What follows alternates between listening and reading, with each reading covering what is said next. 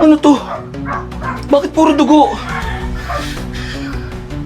Ano to? Ano tong nangyayari sa akin? Ano to?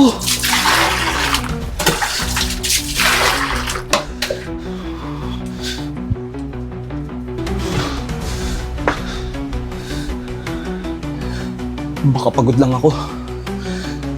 Ipapahinga ko lang to. Wala na siguro to mamaya.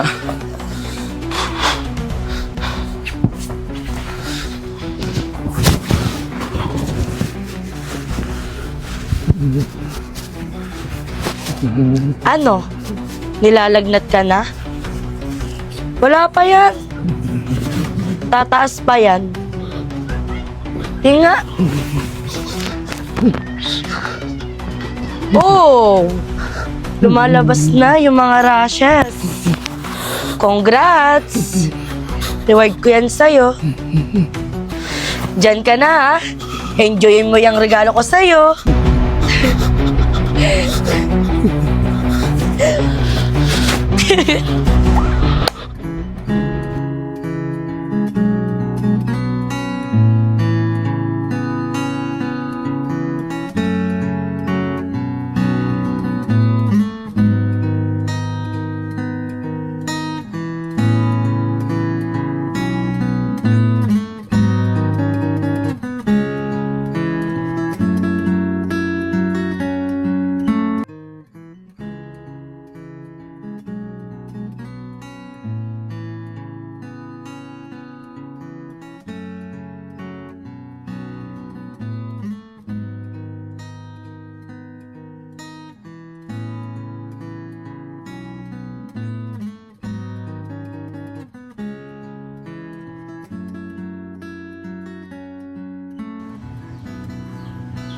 Ano Kuya Joe, umu-okay ba pakiramdam mo?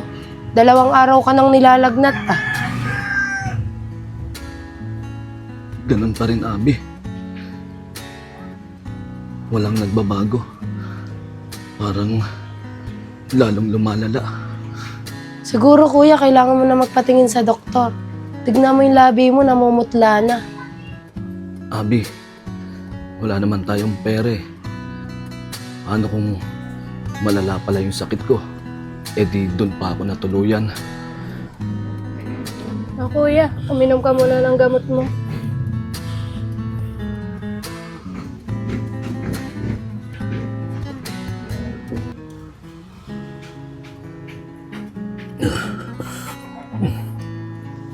Kuya, gusto mo dalhin na kita sa ospital ngayon? Para alam naman natin kung anong nangyayari sa'yo.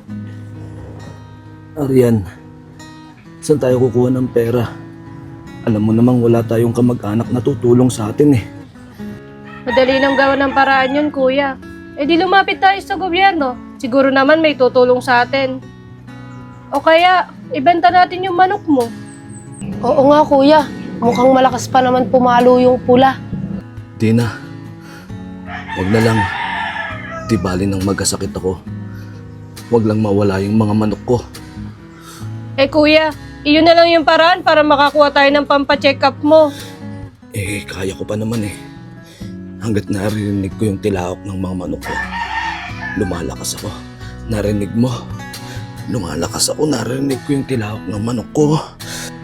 Kuya naman eh, may sakit ka na, nagbibiro ka pa. Ganito na lang, bukas pag hindi pa bumaba yung lagnat mo, dadaling ka na namin sa ospital sa ayaw at sa gusto mo.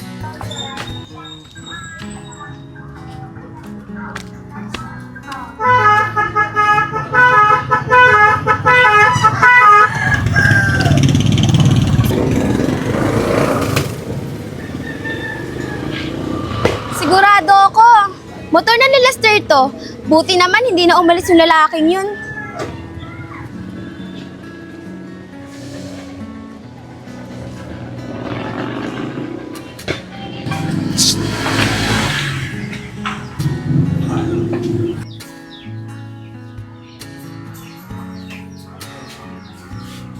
Mahal, anong ginagawa mo dito?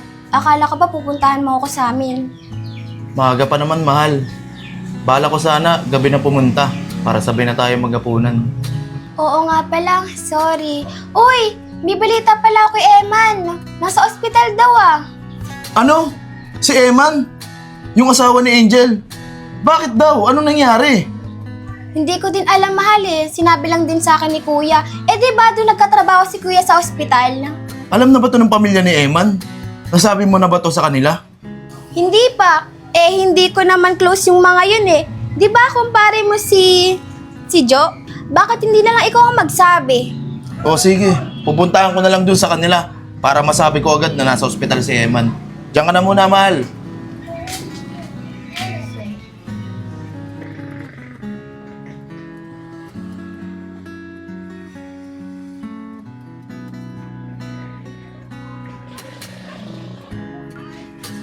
Ayoko kasing maging pabigat sa inyo.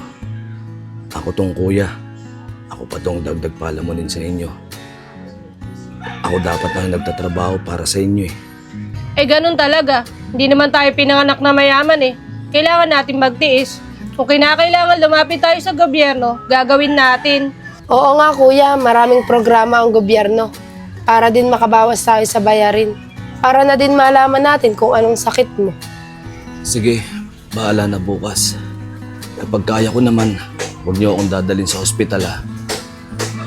Kuya, may lagnat ka pa rin?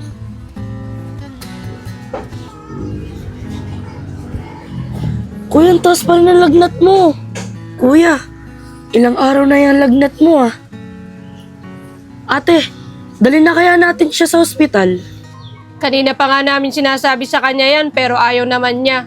Bukas, pag hindi pa rin siya naging okay, pipilitin natin siyang dalhin sa ospital. Tara na kuya, ngayon na. Dadalhin ka na namin sa ospital. Kasi pag pinagpabukas pa natin yan, baka lalo lang lumala yan. Hindi na, Angel. Kaya ko pa naman eh. Pero sige, kapag hindi ko kaya, dalhin niyo na ako bukas. Bahala ka nga sa buhay mo kuya. Ikaw na ngayon dadalhin sa ospital. Ang arte-arte mo pa.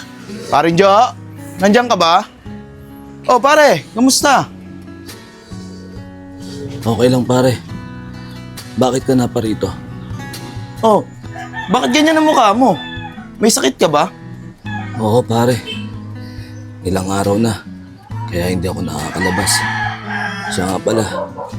Ikaw na munang bahala sa mga manok ko ah. Ikaw na magpatuka. Wala namang problema pare. Basta bibigyan mo ako ng pambili. Wala nga akong pera pare. Ilang araw na akong may sakit. Tsaka alam mo ba, sa lahat ng kumpare ko, ikaw ang pinakamabait. Ikaw talaga pare.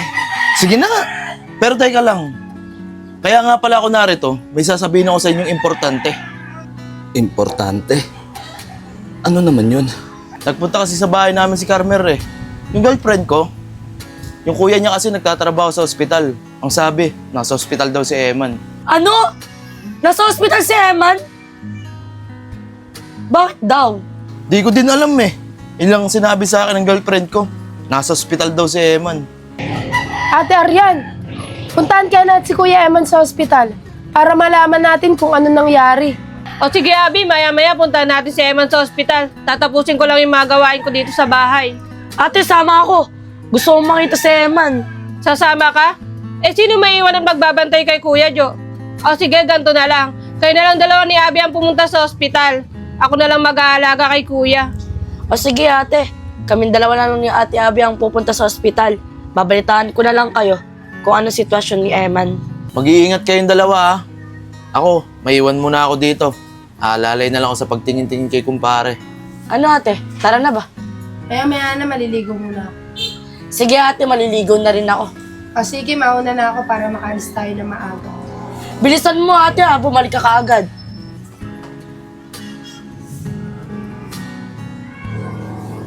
Kuya Jo, mahiga at magpahinga ka na lang muna dito ha. Doon lang ako sa kusina. Magluluto ako ng pagkain natin para mamaya.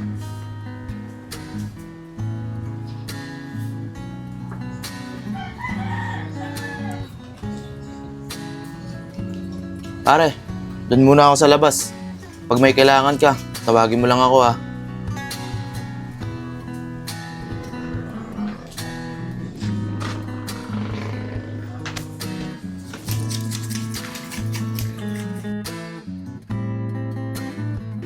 Tagal naman ni Ate Abby. Sabi niya, maliligo lang daw siya. Makapag-ayos nga muna.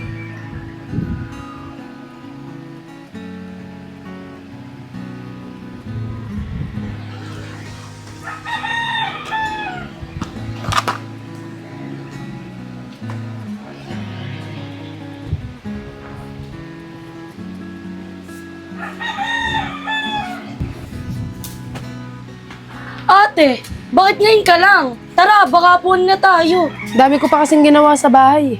O sige, tara na.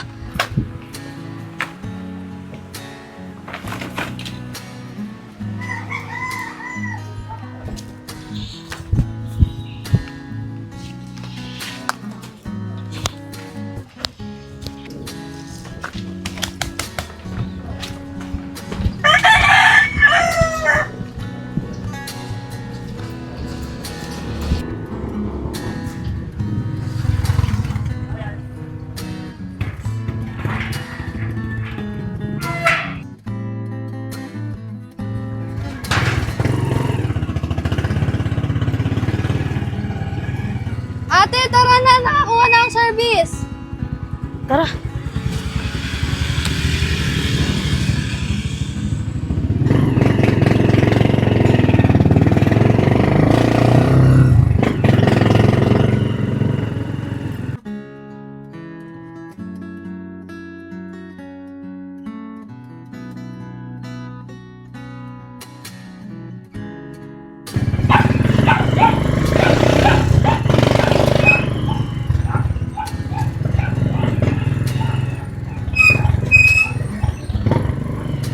Kuya, dito na lang po. Salamat. Ito po yung bayad, kuya.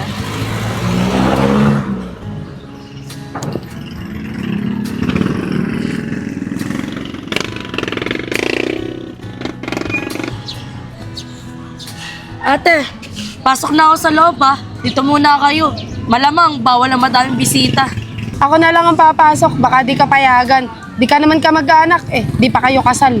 O sige ate, balitaan mo na lang kami ni Ann ha. Nasa si Ann? Sige ate, pumasok ka na. Ako na mag-aanap kay Ann.